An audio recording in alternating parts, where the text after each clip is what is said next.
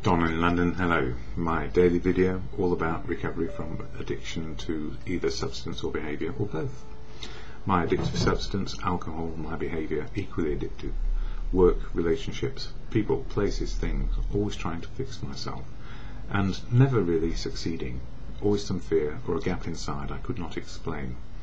So these days, no longer awash on an ocean of alcohol, more in a lifeboat, and that lifeboat for me is AA, Alcoholics Anonymous.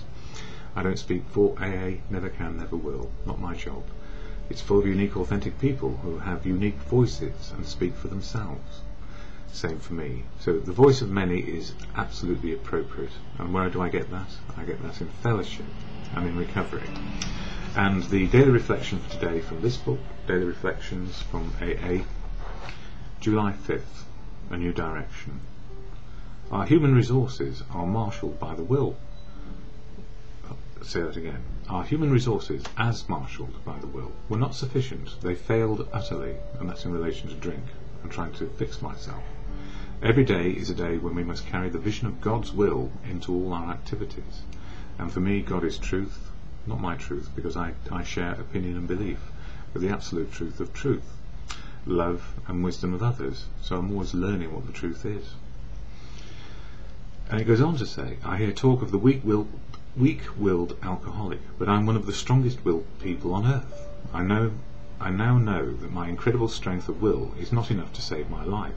In other words, my willpower failed me. Self-will run riot to obsession brought me down.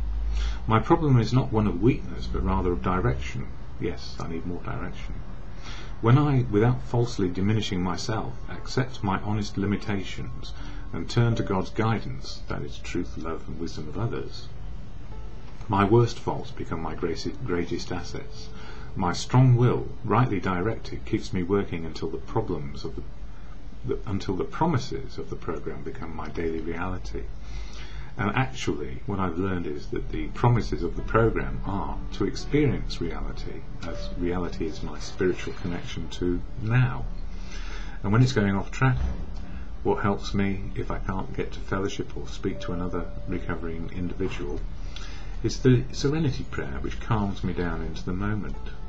God, grant me the serenity to accept the things I cannot change, courage to change the things I can, and the wisdom to know the difference is always in the moment and often just for today.